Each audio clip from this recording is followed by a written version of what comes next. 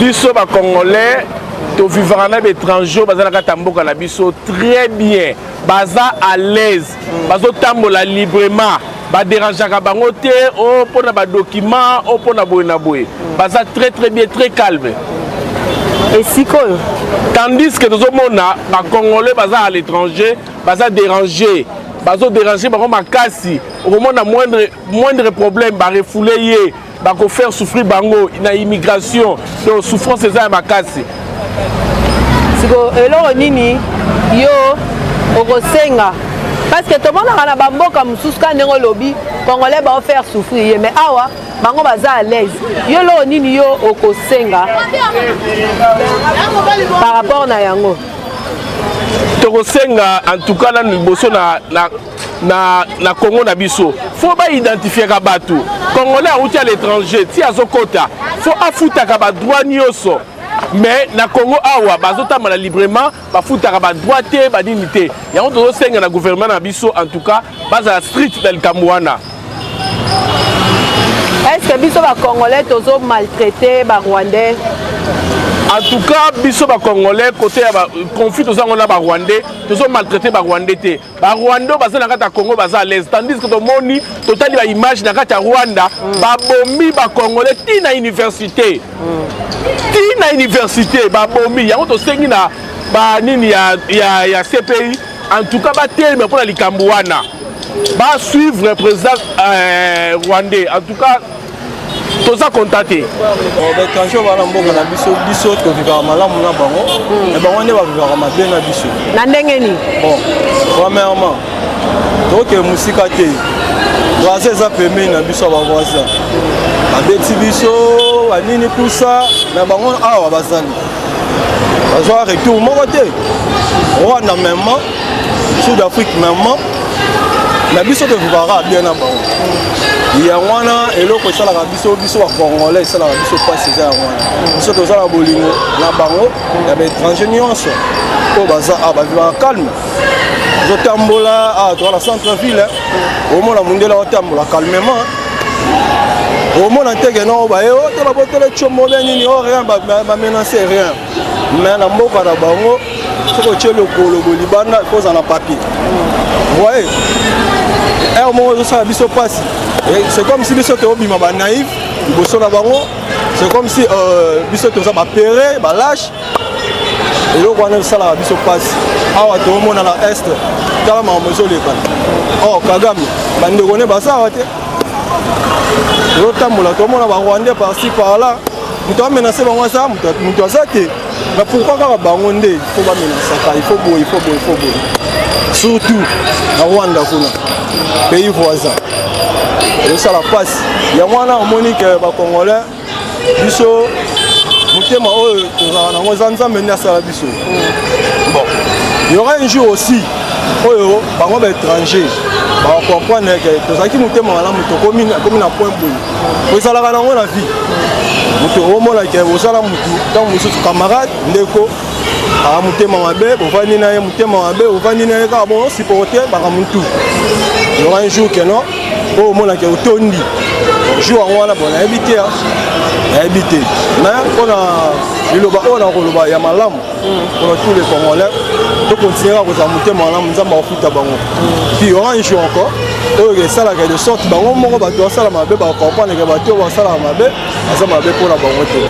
Bon, à mon avis, je dirais ceci, que nous les Congolais, nous nous comportons un peu bizarre aux étrangers. Parce que nous les Congolais, on veut seulement toujours s'imposer sur les étrangers. Nous vivons d'une manière un peu égoïste. Comment ça? Explique-nous un peu. Égoïste comment? Parce qu'on ne veut pas avoir le même droit que eux. Parce que si nous parlons même de la loi... On ne peut pas avoir les mêmes droits, c'est normal, ça c'est notre pays, non? Et ils sont étrangers, c'est normal. Bon, même par rapport à la manière de vivre, vous verrez qu'un Congolais veut toujours avoir la supériorité sur un étranger par rapport à leur manière de vivre, la façon de manger, la façon de se comporter. Donc, on est un peu égoïste, un peu injuste de la manière de se comporter avec les étrangers. C'est pour cela, je dirais, notre manière de vivre avec eux, c'est un peu injuste. C'est un peu injuste. Oui. Et alors toi, qu'est-ce que tu conseilles aux Congolais alors? Comme conseil que je peux apporter aux Congolais, pour le comportement avec les étrangers, on doit seulement avoir un peu d'égalité. Pas plus d'égalité, mais un peu d'égalité. Donc, se comporter d'une manière, donc avoir l'amour fraternel entre nous.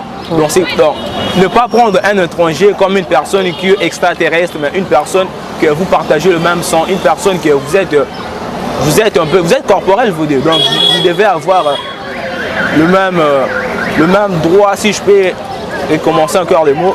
Donc pas vraiment le même droit, pas avoir la supériorité sur nous, mais partageons quand même la tranquillité, partageons la tranquillité ou la meilleure vie en fait. D'accord. Awa biso ba Congolais to vivra kitoko na ba étranger. Amboka na biso ba étranger ba ka lezi ko de ba mboka mo.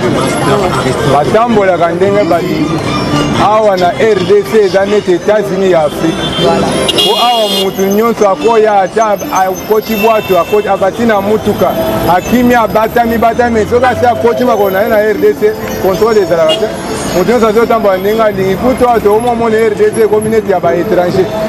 Ba étranger bazo maltraiter biso ko biso ba Kolombo. Exemple amuke omona ba makambo eleka mikolo côté ya ba Indien. Ba Indien balingi kwangaje bande ko na biso te. E bazana mboka na biso bazo mbongo ebele o etikali ko sala mete na mboka na bango. Mais na mboka na biso ba Congolais baza kutu bana misale ya mwe ya mbongo ya mike pa ba Indien. Indien azo memande ko na epa na bango aye awa. Azo fute mbongo ebele. Congolais aza awa era musala ezoyeba na ya kobanda musala ezoyeba ya kosisi musala ezoyebana te. Salaire ya malongo eza te. Ntango tozolobela makambo wana nyonso tozomona yango ezotambola bien te. RDC awa eza États-Unis ya Afrique. Oyo étranger nyonso aza alesi. Est-ce que biso mpe soki toke libanda na bamboka na bango batraitaka biso mpe kabongo? Biso na bamboka bapaya tosufraka. Yo kokoyeka na aéroport mukanda eza te ozongi. Okokota ata na Angola soko okoti mpo otambola na Angola bazobomba yo na ndako. Ti mokolo kozwa mukanda mpo obima.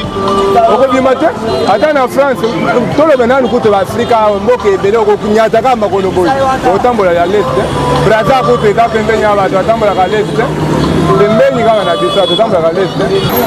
Biso bakongolais ndenge tovivaka na baétranger namonaka problème moko te, likambo moko te ya mabe elekaka na kati tomanitrataka bango te. Partout na misala nyonso tosalaka bango baza kati na biso, tosalaka na bango elongo. Moko te amanitrataka moninga ke kolakisa lokola aza kolomboka te to aza kolomboka, azali à l'aise lokola epai na bango ndenge mpe avandi awa. Baétranger nyonso tolongoli pays moko te, me baétranger tout baza à l'aise na Congo. Me ngai mama na ko yanola mwa muke mpo na evandela ya biso na baétranger, eloko ezosala epesa ngai pasi ezali ke ngai na yo Congolais toyambi étranger mais tozomitekana epa étranger, tozotekana biso na biso nde yo Congolais ndeko na ngai ozotekanga epa étranger, nde mwa pasi oyo naza nango. Naza na exemple moko na kopesa likambo elekela ngai na place onga na lobeli yango.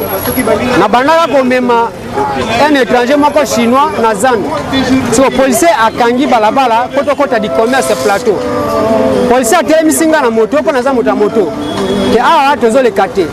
Mais na miso na ngai chinois azofinga policier azobenga ye zoba aliaka mbongo na ye ti policier abangi alongoli eloko wana nga na leki. Mais koleka na ngai nasepelaki te mpo akokende opesa nga mbongo na nyongaki lokola policier ya mboka na ngai. Ngai moko kolomboka Congolais nazokoka te kofinga ye te komake policier te, mais un étranger azokoma tina niveau akomake policier na likambo wana epesa nga pasi. Ya mibale biso moko batravailleur ya baétranger, par exemple baindien bachinois, biso moko Congolais tozosala na bango. Omwana moto mosusu par exemple na moto naza na moto étranger abengi moto kaka yo Congolais na place oyo tomemaka 1000 francs na tie l'étranger puis kaka yo moko nozo bazaki te ezalaka bongo te ti lelo baétranger tokomisa bango bateti bakomi kolekela biso na mayele mais na komanita te bango baza à l'aise tobana bango kimia kaka biso nde tozalaka à l'aise te na bisika mosusu. Voilà pour la réponse na ngai yango wana. Merci. Merci madame. Biso ba Congolais nous avons un peuple moko, nous avons un rassembleur par rapport à la politique pétopona en Mboka Biso, la bon voisinage, nous avons bien à l'étranger. Nous sommes un pays d'accueil. Nous accueillons tout le monde. C'est un peu comme les États-Unis. Nous sommes un pays d'accueil, nous accueillons tout le monde. Et puis par rapport aussi à notre position géographique, nous sommes au centre de l'Afrique et nous sommes entourés de 9 voisins. Donc d'office, comme Phrase Fanon a dit, l'Afrique a la forme d'un réverbère dont la gâchette se trouve au Congo. Donc le développement de l'Afrique, ça va commencer par le Congo parce que nous sommes au centre. Une fois le Congo est développé, l'Afrique aussi elle aussi sera développée. Alors, est-ce que tu as dit que nos relations sont bonnes là-bas, étrangers? Est-ce que, pensez-vous que c'est le cas dans d'autres pays aussi et que nous aussi on nous traite bien chez ces mêmes étrangers-là? Madame, c'est ça qui je me pose toujours la question, pourquoi les Congolais sont maltraités à l'étranger et pourtant nous vivons avec nos étrangers tranquillement ici. Ils sont à l'aise, ils se sentent comme ici chez eux. Ils sont chez eux, ils font n'importe quoi, voire même les commerces, les petits commerces que nos étrangers font. Ailleurs, ça ne se passe pas. Ailleurs, il y a un montant pour un étranger pour qu'il puisse faire les commerces. Ici, même les petits détails, ils font tout ce qu'ils veulent, ils sont à l'aise. Et votre dernier mot? Mon dernier mot, je dirais, nous pouvons toujours garder l'espoir. Parce que face de nous, nous avons un président qui est tout à fait nationaliste. Il a l'amour de son pays. On voit à lui, il y a la volonté d'aider ce pays. Nous comptons à Dieu qui nous a donné cette portion de terre comme héritage. Ça va aller, nous sommes optimistes. Dans le Congo, biso na ba étranger vraiment awa bina ba liberté. Il y a bien par rapport à biso na ba mboka msunde to vivre. Awa bango ba vivre na bango bien. Bien na ndenge bazana ba liberté ya makambo ebele. Batambolaka, ba contrôler bango mikanda te, baza libre par rapport biso ba Congolais na ba mboka msunde to vivre. Tozaka à l'aise, tozaka mal à l'aise. Na ndenge batakasaka biso na ndenge mabe makambo amendeti mikanda boye tozaka à l'aise kate so wayoka muta Kongola RDC ozaka mal à l'aise par rapport à étranger mosusu.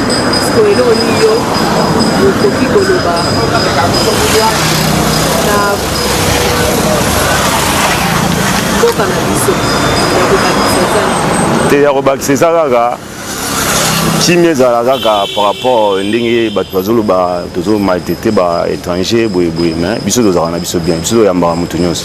Congo eza lokola ya Amérique eyambaka moto nyonso toloko bakisaka eza lisusu te. Biso awa na Kinshasa na bakongolais kaka en général tovivaka malamu toyambaka bato mpenza na ndenge ya malamu. Toyambaka bato na ndenge ya malamu nde biso nde so tokende na bamboka mosusu nde banyokolaka biso. Mais biso penza toyambaka mutu nyonso soki aye okotambola nao à l'aise atoza na mukanda tozotambola kaka mais biso na bamboka na bango soki tokei mukanda eza te kaka lelo bakangi yo atolataki coupe bakomatiso na avion ozongi na Kinshasa mais biso awa tozalaka na biso bongo te. balobi na biso tozomaltraite barwandais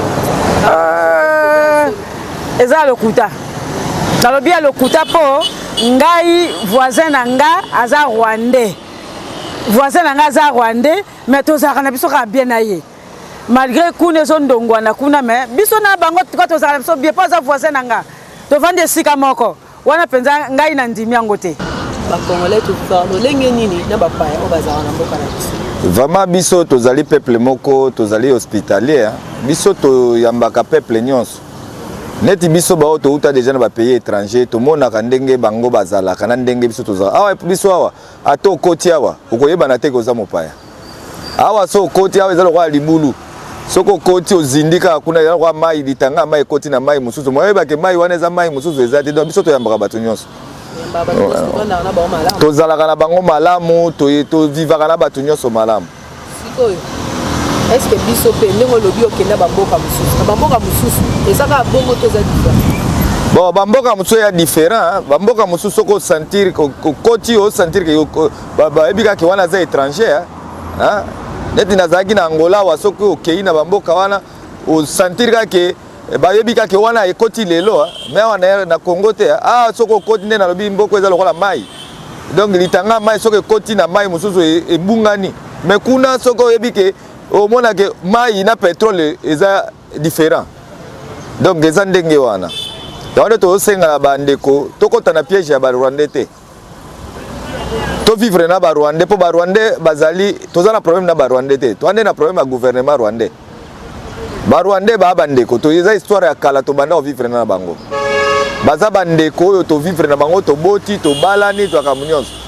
ba gouvernement nde ye lelo kokabola biso biso na ba rwandais to wana ba problème te peuple rwandais azali peuple africain lokola biso nyonso tout